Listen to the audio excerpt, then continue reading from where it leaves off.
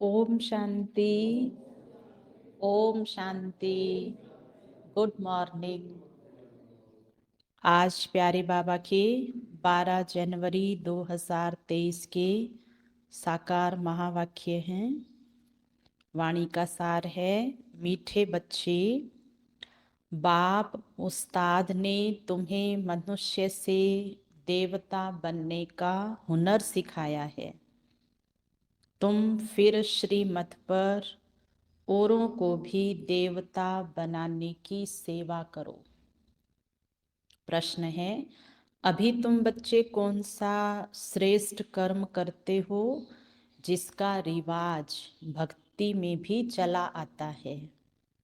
अभी तुम बच्चे कौन सा श्रेष्ठ कर्म करते हो जिसका रिवाज भक्ति में चला आ रहा है? उत्तर, तुम अभी श्रीमत पर अपना तन मन धन, भारत तो क्या विश्व के कल्याण अर्थ अर्पण करते हो। इसी का रिवाज भक्ति में मनुष्य ईश्वर अर्थ दान करते हैं। उन्हें फिर उसके बदले दूसरे जन्म में राजाई घर में जन्म मिलता है और तुम बच्चे संगम पर बाप के मददगार बनते हो तो मनुष्य से देवता बन जाते हो।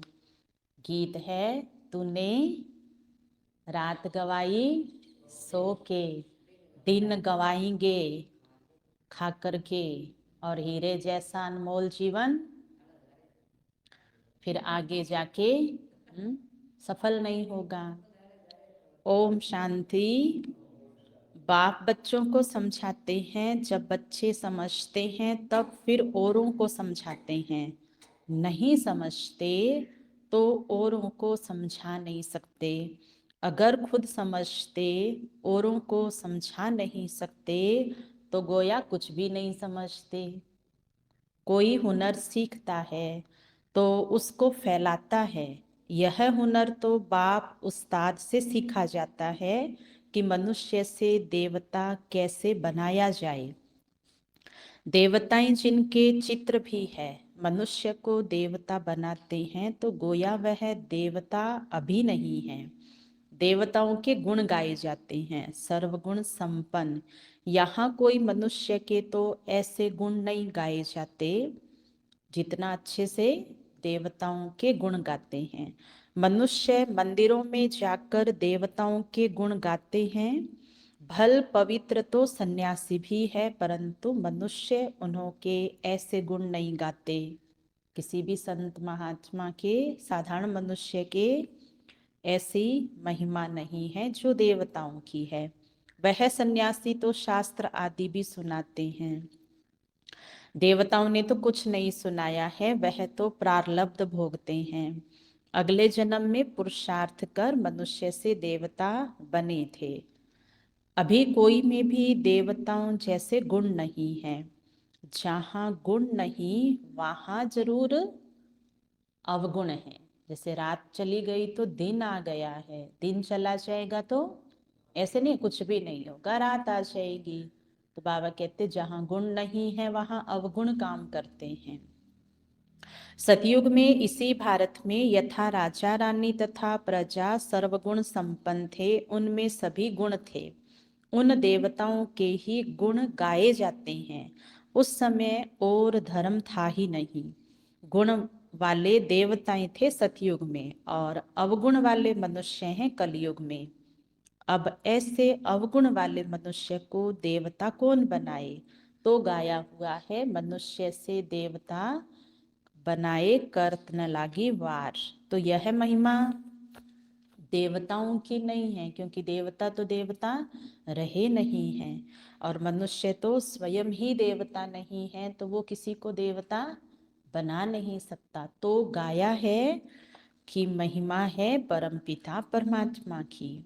है तो देवताएं भी मनुष्य, परंतु उनमें गुण है, उनमें अवगुण है।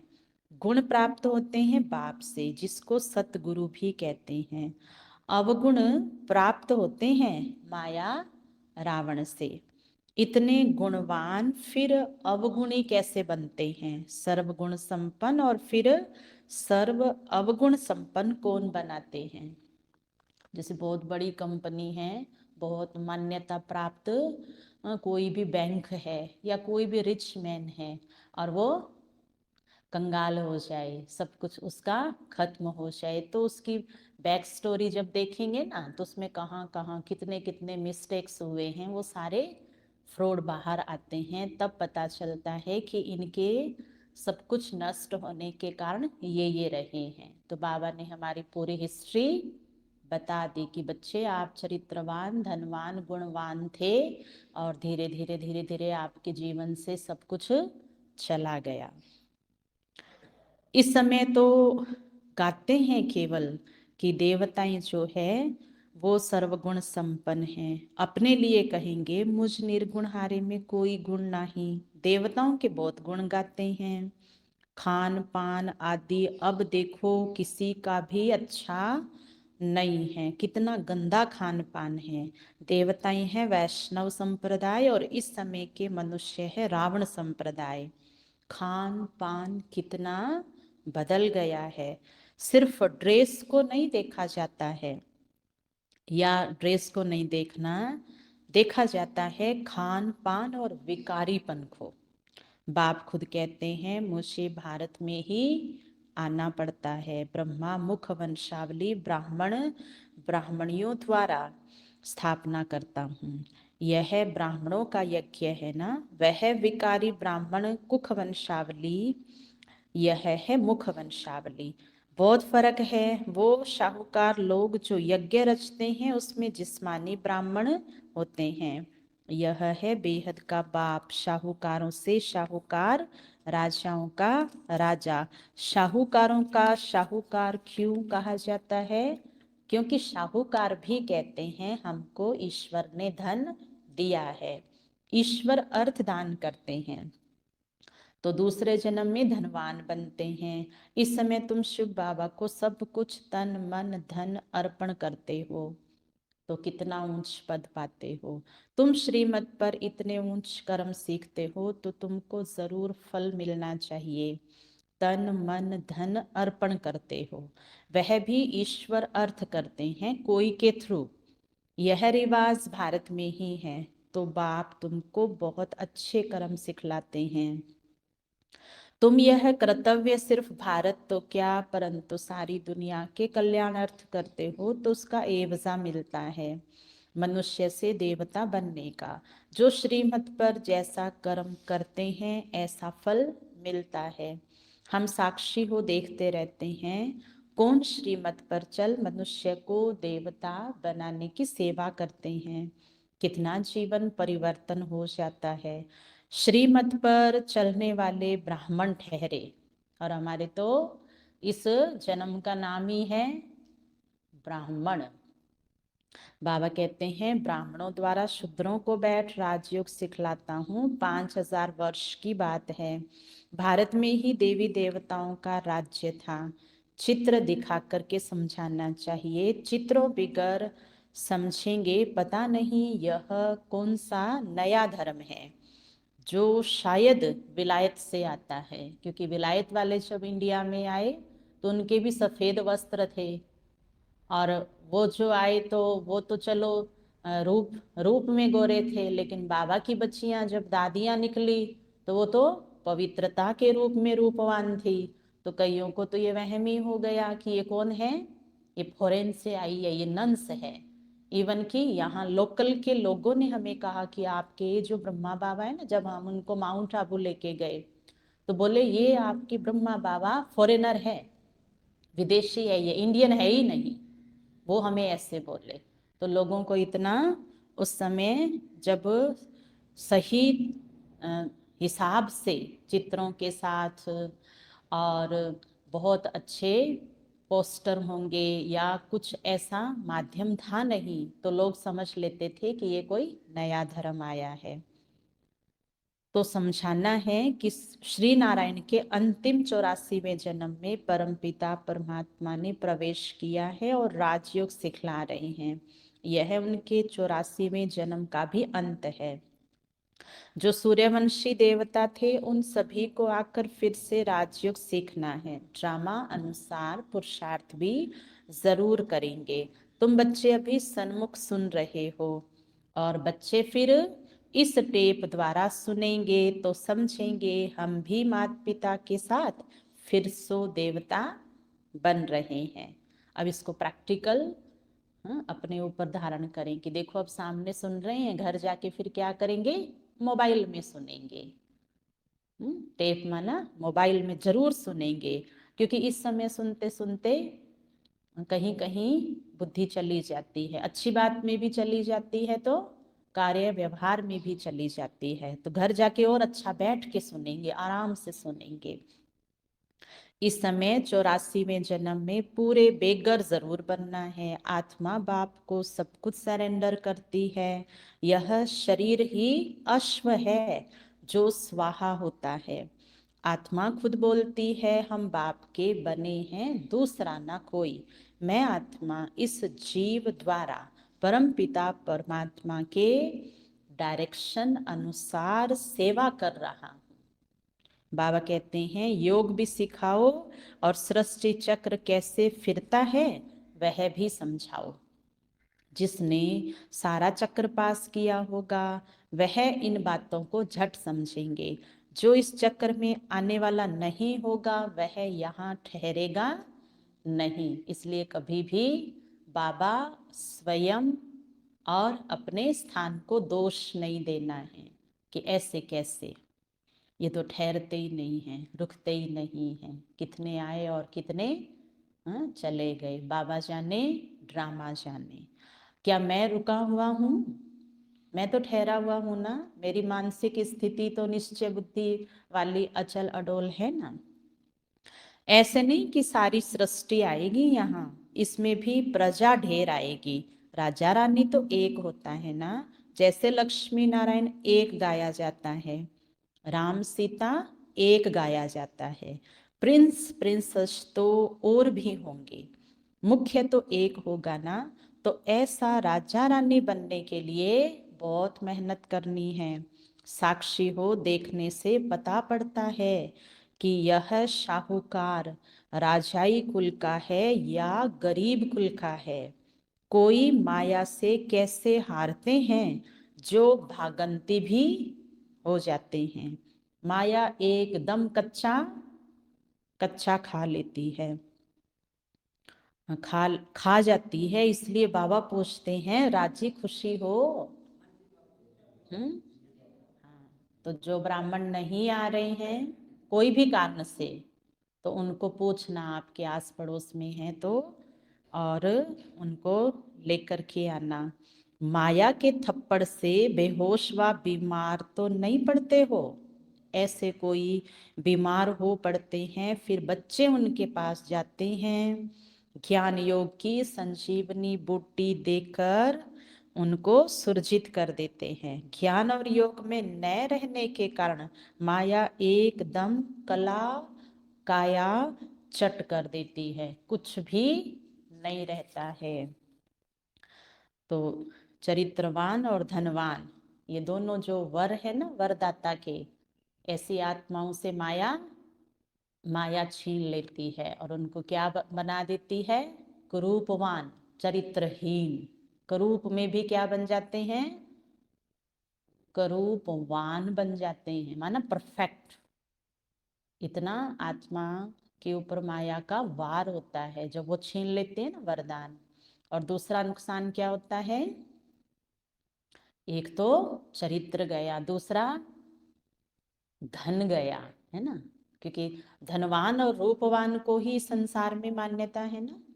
तो ज्ञान सागर से भी जब आत्मा गुण शक्तियां लेती है तो रूपवान बनती है, ज्ञान का उपयोग करती है तो धनवान बनती है। और माया कहती है आओ मैं तुम्हारी कला काया दोनों ही नष्ट कर देती हूँ। मेरी दुनिया में तो यही है, क्योंकि मेरा काम ही क्या है,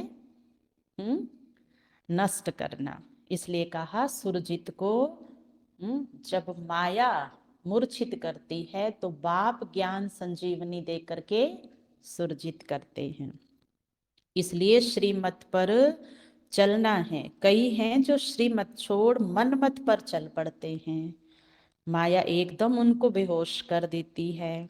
वास्तव में संजीवनी बूटी यह ज्ञान की है, इससे माया की बेहोशी उतर जाती है।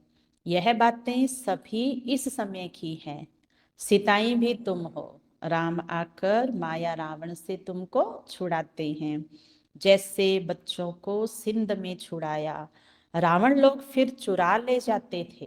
कराची में गए ना बाबा हैदराबाद से, तो रावण आते थे और जिनके पास लेटर नहीं थे उनको वो ले जाते थे। अभी तुमको फिर माया के चंबे से सबको छुड़ाना है। बाबा को तो तरस पड़ता है, देखते हैं कैसे माया थप्पड़ लगाए बच्चों की बुद्धि ही एकदम फिरा देती है। राम से बुद्धि फेर रावण की तरफ कर देती है।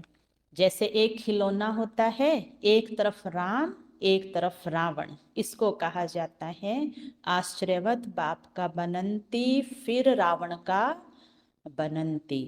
माया बड़ी दुस्तर है, चूहे मुआफिक काट कर खाना खराब कर देती है। इसलिए श्रीमत कभी छोड़ना नहीं है। कठिन चढ़ाई है ना, अपनी मत माना रावण की मत, उस पर चले अपनी मनमत पर तो बहुत घुटका खाएंगे, बहुत बदनामी कराते हैं। ऐसे सभी सेंटर्स पर रहते हैं, सभी सेंटर्स पर आते हैं, नुकसान फिर भी अपना करते हैं। सर्विस करने वाले रूप बसंत छिपे नहीं रहते। देवी राजधानी स्थापन हो रही है, इसमें सभी अपना अपना पार्ट जरूर बजाएंगे, दौड़ी लगाएंगे तो अपना कल्याण करेंगे। कल्याण भी एकदम स्वर्ग का मालिक। जैसे माँ बाप तख्त नशीन होते हैं तो बच्चों को भी होना है, बाप को फॉलो करना है, नहीं तो अपना पद कम कर देंगे, किसी का कुछ नहीं जाएगा। जो स्वयं पर ध्यान नहीं देगा उसके ऊपर कोई ध्यान नहीं देगा। भगवान तो मेरी सुनता ही नहीं है, भगवान तो मुझे दिखता ही नहीं है, भगवान तो मेरी मानता ही नहीं है, मेरी तो कोई नहीं मानता। ये कौन सी आत्माएं हैं? जिन्होंने भगवान की श्रीमत का पालन नहीं किया है। तो जो बाबा का कहना नहीं मानेगा उसका कहना कोई भी आत्मा किसी भी जन्म में मानेगी नहीं, चाहे कोई कितना भी उस समय वो उन आत्माओं के आगे झुक जाए, उनकी सेवा कर देवे, लेकिन वो श्रीमत सतगुरु की और उसको नहीं माना तो हम किसी को भी मना नहीं सकेंगे। सजा तो बहुत बड़ी है ना, बाबा ने 100 गुना कहा है ना, तो सारी संगम पर नहीं रहेगी, बचेगी, यहाँ पूरी नहीं होगी। फिर वो अगले जो जन्म है ना द्वापर कलयुग, उसमें भी तो उनका अंश होगा। और फिर जिनके साथ रहेंगे ना उनमें वंश होगा, तो क्या होगा आपस में? आपस में फिर खूब घमासान होता है। तो इसलिए बाबा कह रहे हैं बच्चे श्रीमत को मत छोड़िए, यही है जो आपका और पूरे विश्व का कल्याण कराने वाली है। जैसे माँ बाप तख्त नशीन होते हैं तो बच्चों को भी होना है, बाप को फॉलो करना है, नहीं तो अपना पद कम कर देंगे। बाबा ने यह चित्र कोई रखने के लिए नहीं बनाई है, इनसे बहुत सर्विस करनी है। बड़े बड़े शाहूकार लोग लक्ष्मी नारायण का मंदिर बनवाते हैं, परंतु यह किसी को भी पता नहीं है कि यह कब आए। एक तो ये बने ऐसे कब, और फिर ये कब से कब तक इतना ऊंचा राज करते हैं कि जिनके मंदिर बनाए इन्होंने भारत को कैसे सुखी बनाया, जो सभी उन्हों को याद करते हैं। तुम जानते हो कि मंदिर होना चाहिए एक दिल वाले का। दिल वाला कौन? शिव बाबा। यह एक ही काफी है। लक्ष्मी नारायण के मंदिर से भी क्या होगा, वह कोई कल्याणकारी नहीं है। शिव का मंदिर बनाते हैं वह भी अर्थ रहित, उनका ऑक्यूपेशन तो जानते ही नहीं। मंदिर बनाए ऑक्यूपेशन को न जाने तो क्या कहेंगे? जब स्वर्ग में देवताएं हैं तो मंदिर होते नहीं। जो मंदिर बनाते हैं उन्हों से पूछना चाहिए कि ये लक्ष्मी नारायण कब आए थे, उन्होंने क्या सुख दिया था, कुछ समझा नहीं सकेंगे। इससे सिद्ध है कि जिनमें अवगुण है वह गुणवान के मंदिर बनाते हैं। तो बच्चों को बहुत सर्विस का शौक होना चाहिए। बाबा को सर्विस का बहुत शौक है, तब तो ऐसे ऐसे चित्र बनवाते हैं। भल चित्र शिव बाबा बनवाते हैं, परंतु बुद्धि तो दोनों की चलती है ना। अच्छा, मीठे मीठे सिखिलते बच्चों प्रति माता पिता बाप दादा का याद प्यार और गुड मॉर्निंग। रूहानी बाप की रूहानी बच्चों को नमस्ते। हम रूहानी बच्चों की रूहानी बाप दादा को याद प्यार गुड मॉर्निंग नमस्ते नमस्ते नमस्ते। मेरे बाबा मीठे बाबा प्यारे बाबा, आपका शुक्रिया, बहुत बहुत शुक्रिया। धारणा का सार, ज्ञान योग की संजीवनी बूटी से स्वयं को माया की बेहोशी से बचाते रहना है। मन मत पर कभी नहीं चलना है। रूप बसंत बन सर्विस करनी है। माता पिता को फॉलो कर तख्त नशीन बनना है। वरदान, अपनी शक्तिशाली स्थिति द्वारा दान और पुण्य करने वाले पूजनीय और गायन योग्य भव।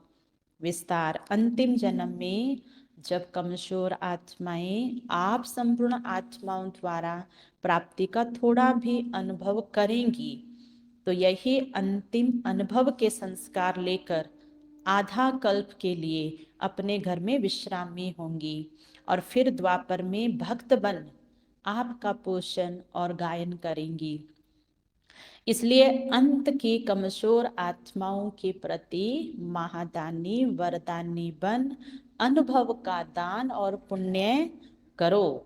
यह सेकंड का शक्तिशाली स्थिति द्वारा किया हुआ दान और पुण्य आधा कल्प के लिए पूजनीय और गायन योग्य बना देगा। स्लोगन, परिस्थितियों में घबराने के बजाय साक्षी हो जाओ तो विजयी बन जाएंगे। अच्छा, ओम शांति।